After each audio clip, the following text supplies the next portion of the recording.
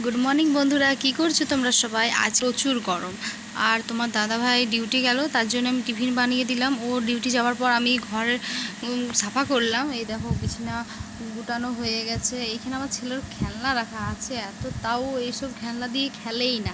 ওকে থাল বাসন এগুলো চাই। এই দেখো আমার ঘর রুম কমপ্লিট হয়ে গেছে গুছানো। তারপর নিজের ফেসটাকে দেখলাম যে কি মায়া লাগছে। তারপরে আমি যে স্নান করে এলাম। স্নান করা আমার হয়ে গেছে। তারপরে আমার সাথে সাথে আমার ছেলেও স্নান করলো। আর এই নাইটিটা কেমন লাগছে কমেন্ট করে নিশ্চয়ই জানাবে। আর ওকেও স্নান করিয়ে দিয়েছি। ওকে এবারে খাওয়াবো। দুধ ঠান্ডা হতে দিয়েছি বাটির মধ্যে। আমি এখন ওকে গরুর দুধ খাওয়াই। ওকে ঠান্ডা হতে দিয়েছি দুধটা, এখন বোতলের মধ্যে ঢেলে নেব। তার আগে ওর সাথে একটু কথা বলছি। বাবা তুই খাবি? ও বলছে না। ওর মুড দেখো, ওকে যখনই খাওয়া আবার নিয়ে জিজ্ঞাসা করি ও একদম খেতে চায় না। আর আমার ব্যাক ক্যামেরা একটু প্রবলেম আছে, কিছু অ্যাডজাস্ট করে নেবে তোমরা সবাই। এই দেখো ওকে জিজ্ঞাসা করলাম তুই খাবি?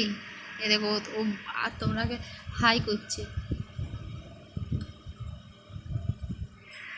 ও খুব দুষ্টু। ওকে যদি খাওয়াতে চাই ও একদম খেতে চায় না।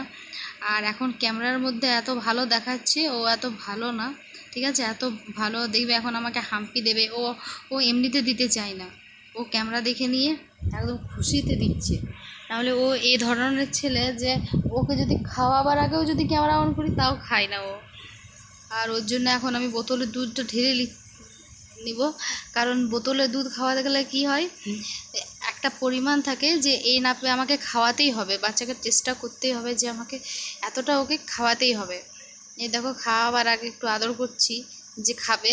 এই তো খেতেই চায় না, খেতে চায় না। কাঁধে কাঁধে বাচ্চা এমন আছে যে ও খেতে চায় না অনেক চেষ্টা করার পরও। এই দেখো আমাদের জানলার পাশে অনেকগুলো পায়রা আছে, পায়রা দেখছে বারবার। এই দেখো ক্যামেরাটা অফ করতে বলছে আমাকে। এই দেখো ক্যামেরা অফ করার পরে একবার খেলো, তারপর আবার বলছি দেখবে, তোমরা দেখবে ক্যামেরাতে করে করে। ওই ও গ্লাসও খেতে চায় না, তার জন্য ওকে আমি বোতলে খাইয়ে দিই। আর আমাদের বাড়িতে অনেক পায়রা আছে, তাই ও পায়রা দেখে আর খায়। এই দেখো দেখছো এখন এখানে 5টা বসে আছে, কিন্তু অনেক পায়রা আছে আমাদের বাড়িতে।